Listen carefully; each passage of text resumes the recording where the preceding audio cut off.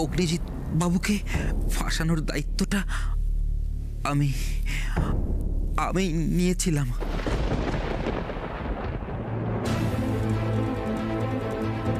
ওর জন্য মুসা ভাইদের বিজনেস মার খাচ্ছিল, তাই তাই ওরা প্ল্যান করেছিল ওনাকে মেরে ফেলবে।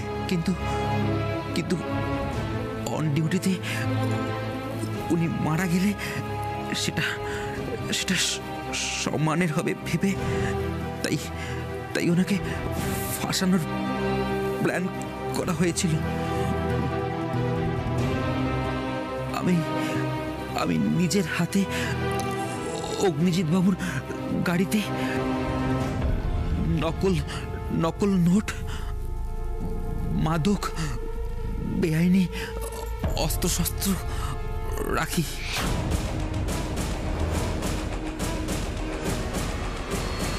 আর তারপর স্পেশাল ব্রাঞ্চকে খবর দিই।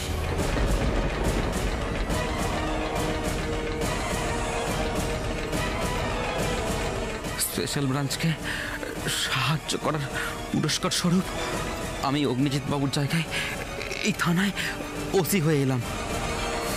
ফলে মুসা ভাইদের কাজ করা অনেক সহজ হয়ে গেল। আর সারা শহর জুড়ে ওদের বেআইনি কারবার আরো আরো ফুলে ফেপে উঠল। মেয়েটিকে মার্ডার কেন করলেন? বর্ষা বোসকে বেআইনি অস্ত্রের কারবার করতে দেখে ফেলেছিল মেয়েটা।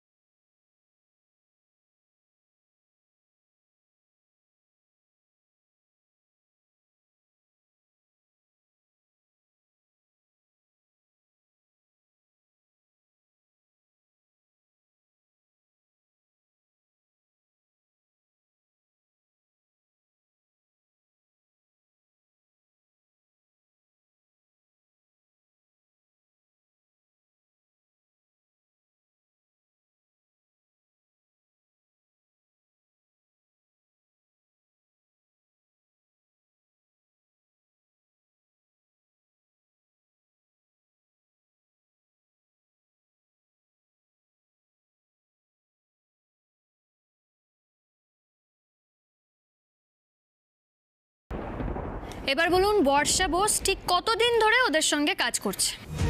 এক 1.5 বছর ম্যাক্সিমাম। তার মানে আমাদের বাড়ি থেকে বেরোনোর পরপরই দিদি এই কাজ শুরু করেছিল।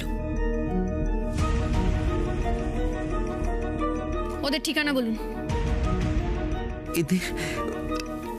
এদের তো কোনো পার্মানেন্ট অ্যাড্রেস থাকে না।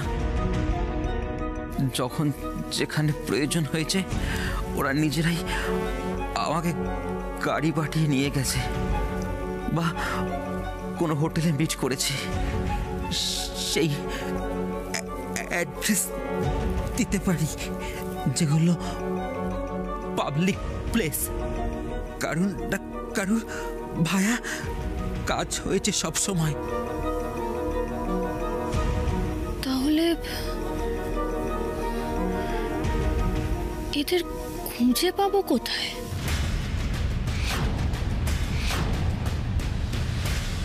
লা লা লা লা লা লা লা লা লা লা লা লা তা দিন দিনা দিনতা নাই কোমদের চিন্তা লা লা লা লা লা লা লা লা লা লা লা লা কাকিমণি।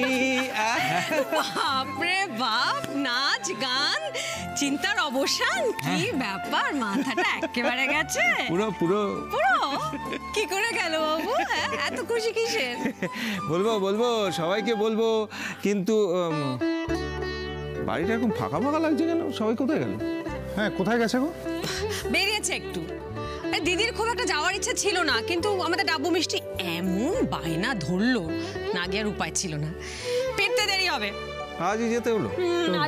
তুমি গেলে না কেন? তুমি তো কোথায় বেরো না। ও মা, কি কাণ্ড! আমি কি করে যাব? না মানে আমি যদি চলে যাই তোমাদের বাদরা মুখে সহ্য করবে বলো? এসা, এই দেখ কাকিমণি তোকে কি বললো, বাঁদর। কি? হ্যাঁ। আমি জানি তুই বাদর। আরে আরে আরে লেগে যাবে লেগে যাবে। বাস লেগে যাবে। আস্তে আস্তে তুই বাদর আস্তে। আমি বাদর নই, বাদর তুই। কাকিমণি কাকে বলেছে? তোকে বলবো। চুপ। বাদর। তুই বাদর। আচ্ছা ঠিক আছে, বল। গুড। যেমন ভাবে লম্পজম্প করো, লোকে বাঁদর ছাড়া আর কিছু ভাববে না। আমার না পেছনেও দুটো চোখ আছে। এই রোহন, কি হয়েছে রে? এত খুশি কেন? বল বল। বলবো, সবাই এলে ভালো হতো না, সবাই একসঙ্গে শুনতো। ও, এখন বলবি না? বেশ বলিস না, যখন খুশি তখন বলিস। চা খাবি তো? নিয়ে আসছি, বস। শোনা না, বলতে পেরে না কিরকম একটা হচ্ছে, মানে পেটের মধ্যে গুড়গুড় করছে, এই কথাটা পেট থেকে গলা হয়ে মুখে চলে আসতে চাইছে। বলেই ফেলি, বল। বলেই ফেল। পরে যখন সবাই আসবে আরেকবার না হয় বলবো, হ্যাঁ বলে ফেলি। আরে বল না রে বাবা, বল। তাহলে বলি, বল। হ্যাঁ। হ্যালো হ্যাঁ, চেক। এটা বিশেষ ঘোষণা। ঋষি আমাদের কোম্পানিতে জয়েন করার পর থেকে কোম্পানিতে প্রফিট তো হচ্ছিলই, কিন্তু দাদা ভাই 1 মিনিট। অনুষ্ঠান প্রচারে বিঘ্ন ঘটায় দুঃখিত। এরপরেরটা আমি বলবো। হ্যাঁ বলুন। দে 1 মিনিট। চেক। দে না। জানো তো মা, এই লাস্ট 1 বছরে আমাদের কোম্পানির প্রফিটের পার্সেন্টেজ 8 থেকে বেড়ে 15 হয়েছে, মানে হিউজ। ও মা, আরে তাই নাকি? একদমই তাই। আচ্ছা। আর এই সব কিছু সম্ভব হয়েছে বকুলের জন্য। নিন ধরুন। বলুন।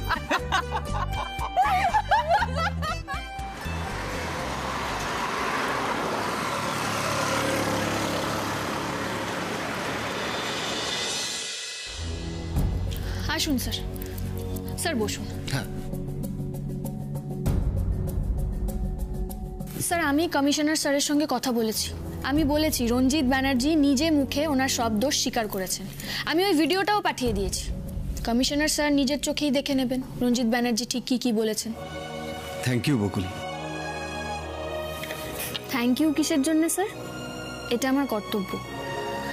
আর আপনি নির্দোষ প্রমাণিত হলে আপনি যতটা খুশি হবেন, আমিও ঠিক ততটাই খুশি হব স্যার।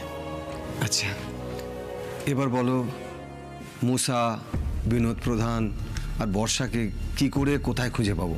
মানে কিছু ভাবলে, কোনো পরিকল্পনা করলে? স্যার, আমি একটা কথা ভাবছিলাম, বর্ষা, বোস, মুসা, বিনোদরা, মানে ওদের সঙ্গে রঞ্জিত ব্যানার্জি যেসব জায়গায় দেখা করতে যেত, ওরা নিশ্চয়ই সেসব জায়গায় একবার করেই যেত না। কি বলতে চাইছো, একটু ভালো করে এক্সপ্লেন করবে? আমি বলতে চাইছি যে ওরা 3 জন ঘন ঘন ঠিকানা বদলায় ঠিকই, কিন্তু তার মানে তো এটা নয় যে ওরা পুরনো ঠিকানায় কখনো ফিরেই যায় না। যায়, আমার যেটা মনে হয় ফিরে যায়, বেশ অনেক দিন গ্যাপে যায়। হ্যাঁ, সেটাই তো স্বাভাবিক। এবার আমার যেটা পরিকল্পনা সেটা হচ্ছে ওই সব জায়গায় আমরা যদি একজন করে পুলিশ পোস্টিং করে দিই সিভিল ড্রেসে, তাহলে ওরা 3 জনের মধ্যে একজন কাউকে একদিন না একদিন ঠিক দেখতে পাবে, আর দেখতে পেলেই আমাদের ইনফর্ম করে দেবে। তুমি যে প্রসেসটা বলছো তাতে ওদের ধরাটা অসম্ভব কিছু নয়, তবে সময় সাপেক্ষ। ওই কতকটা খড়ের গাদায় ছুঁচ খোঁজার মতন অবস্থা। এরকম কেন বলছেন স্যার? কারণ বর্ষা আর বিনোদ প্রধানকে আমরা চিনি, আমরা চোখে দেখেছি, কিন্তু মুসা ভাই, ওকে তো আমরা কখনো দেখিনি, কেউই দেখেনি। শুনলে না, রঞ্জিত ব্যানার্জি বলল যে আমার সঙ্গে ফোনে কথা হতো, আমি কোনোদিন দেখিনি। তাই মুসা ভাইয়ের চেহারা কেমন কেমন দেখতে সেই সম্পর্কে আমাদের কাছে কোনো ইনফরমেশন নেই। তাহলে মুসা ভাইকে চিনবে কি করে তুমি? স্যার, এই মুহূর্তে তো আমাদের কাছে এটা ছাড়া আর কোনো অপশন নেই। একবার যেভাবে ভেবেছি সেভাবে চেষ্টা করে দেখি না, তারপরে হয়তো আমরা অন্য কোনো উপায় খুঁজে পাবো, তাই না? স্যার, আপাতত আপনাকে আরেকটা কাজ করতে হবে। কি কাজ?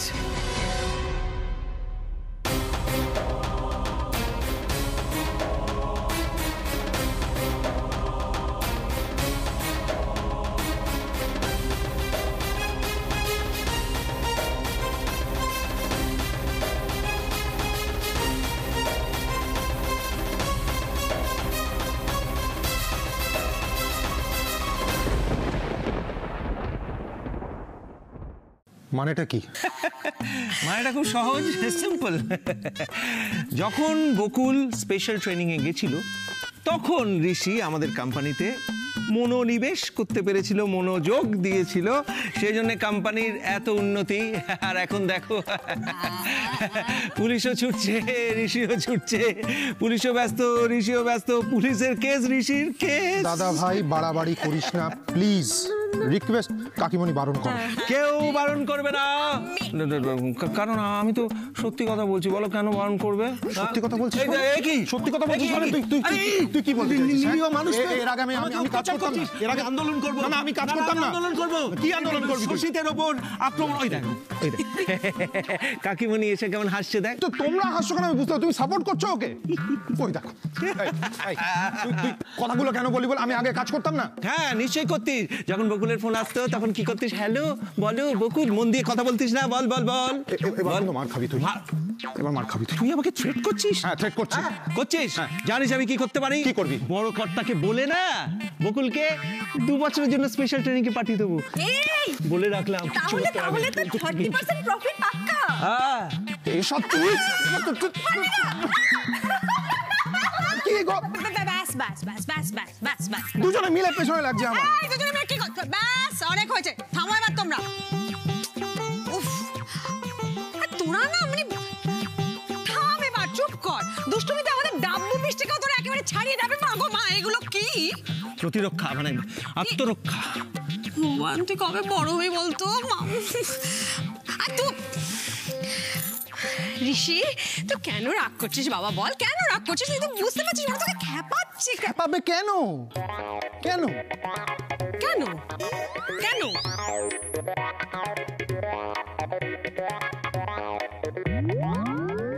কেউ খেপাবে না। দেখ, আমরা খুব ভালো করে জানি যে আজকে কোম্পানি যে জায়গায় গিয়ে পৌঁছেছে তার পুরো ক্রেডিটটা ঋষিরই পাওনা। দাদা ওকে বিশ্বাস করে এ বিষয়ে একটুও ভুল করেননি। কাকিমণি, পুরো ক্রেডিট আমার নয়। দাদাভাই কাকুমণি না থাকলে এটা সম্ভবই হতো না।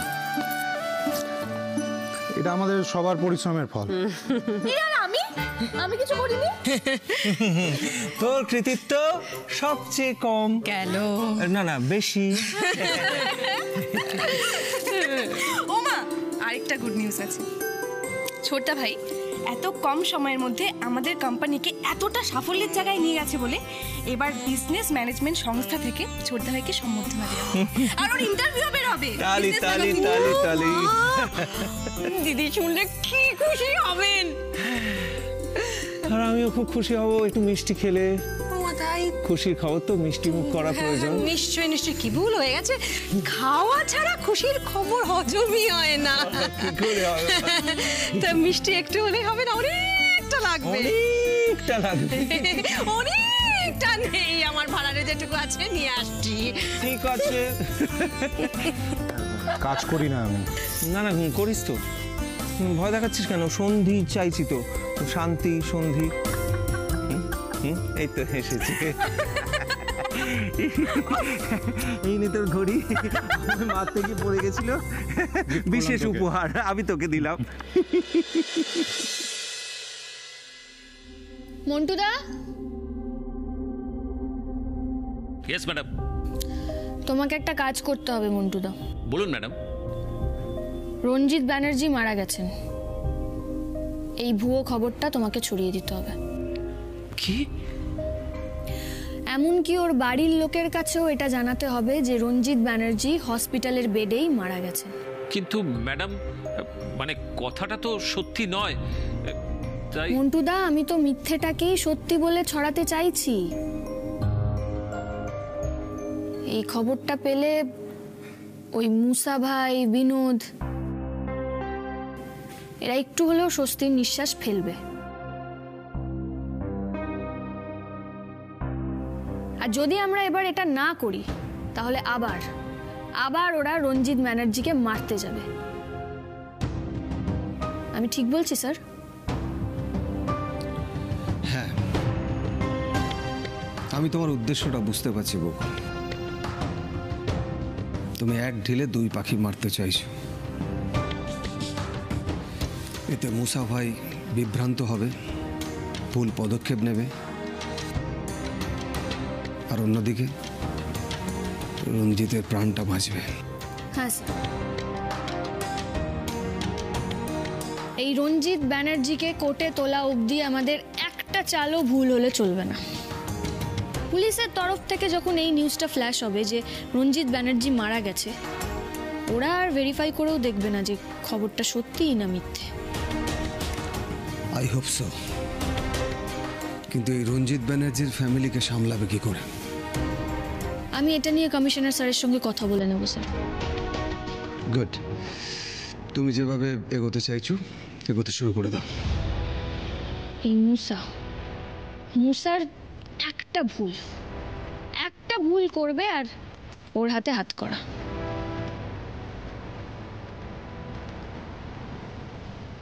আসল প্রবলেমটা কি জানেন স্যার? এই ক্রিমিনালরা যখন পুলিশদের মতো করে ভাবতে শুরু করে, পুলিশদেরকে কাজে লাগাতে শুরু করে, তখন পুলিশদেরও উচিত ক্রিমিনালদের মতো করেই ভাবা। একটু অন্যভাবে এই কেসটাকে দেখতে হবে, তাহলেই সব প্রবলেম জাস্ট সলভ হয়ে যাবে। Am I right, sir? You are right Bakul. Madam, আমি তাহলে বাজারে গুজবটা ছড়িয়ে দিই। দাও। Okay madam. রঞ্জিতের মৃত্যুর গুজবটা ছড়ানোর ব্যাপারটা আমাদের একটু আগেই ভাবা উচিত ছিল। আই হোপ আমরা দেরি করে ফেলিনি।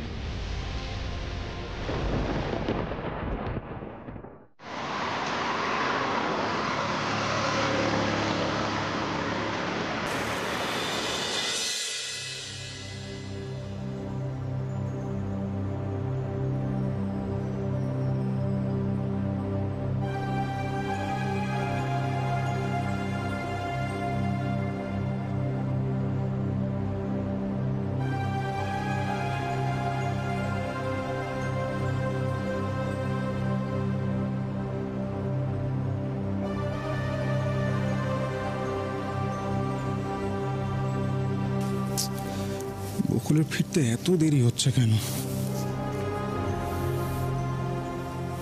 মনে হচ্ছে আবার নতুন কোনো কেস এসেছে।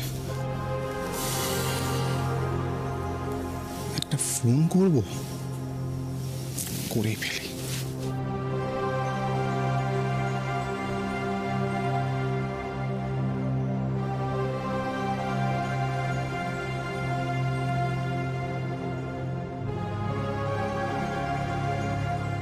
যা, কেটে দিল। তার মানে একদম ঠিক বুঝেছিলাম, নিশ্চয় কোনো নতুন কেস এসেছে, বিজি হয়ে পড়েছে।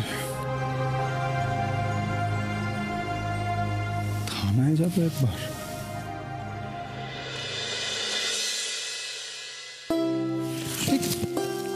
তুমি? আমি। কংগ্রাচুলেশন। কিসের জন্য? বিজনেস ম্যানেজমেন্ট সংস্থার পক্ষ থেকে তোমাকে সংবর্ধনা দেওয়া হচ্ছে, তাই জন্য কংগ্রাচুলেশন। Thank you. কিন্তু তুমি জানলে কি করে? আমি তো ভেবেছিলাম আমি নিজে আলাদা করে তোমাকে খবরটা দেব। আপনি বোধহয় ভুলে যাচ্ছেন যে আপনার বউ একজন পুলিশ। সব জায়গায় আমার একজন করে গুপ্তচর ছড়ানো আছে। গুপ্তচর? বাড়িতেও? ও ছোট বৌদি, তুমি চলে এসেছো? হ্যাঁ, এই মাত্র এলাম গো। আমি বোধহয় বুঝতে পেরেছি তোমার গুপ্তচরটা কে। হ্যাঁ ঠিক, আমি এশার কাছ থেকেই জেনেছি খবরটা। বাহ, বেশ ভালো। তোমার না আমার সঙ্গে থেকে থেকে বেশ উন্নতি হচ্ছে, বুঝলে? যাই হোক, আমি যেটা বলছিলাম, এই খবরটা কিন্তু আমাদের কোম্পানি আর তোমার জন্য খুব ভালো একটা খবর। আমি খুব খুশি হয়েছি শুনে। বকুল এলো নাকি? ওই তো এসে পড়েছিস তো, এখানে দাঁড়িয়ে আছিস কেন এখনো? তুই যে কি একটা রান্না করবি বলেছিস, করবো তো। কখন করবি? এখন তো ফ্রেশ হসনি। এটা কি?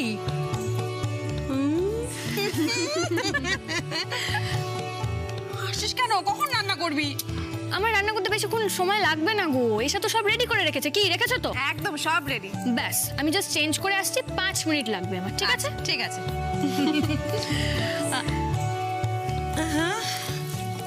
বুকে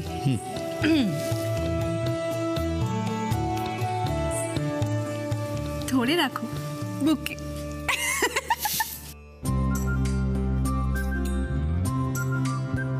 La la la